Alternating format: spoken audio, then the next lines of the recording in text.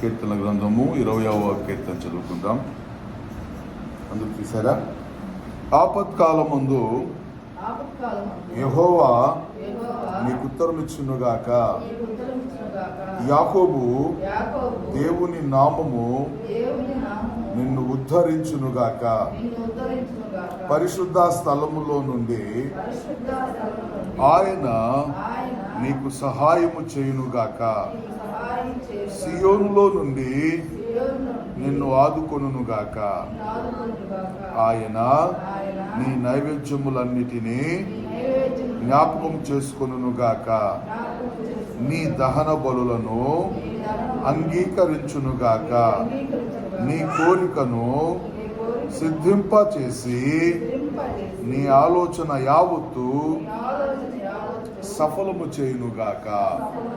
యెహోవా నీ రక్షణను బట్టి మేము జయోత్సవము చేయుచున్నాము.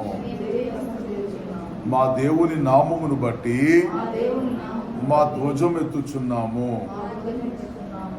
నీ ప్రార్థనలన్నీ యెహోవా సఫలపరచునుగాక.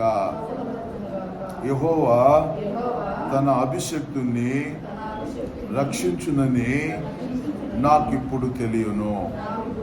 రక్షణార్థమైన తన దక్షిణ హస్త బలము చూపును.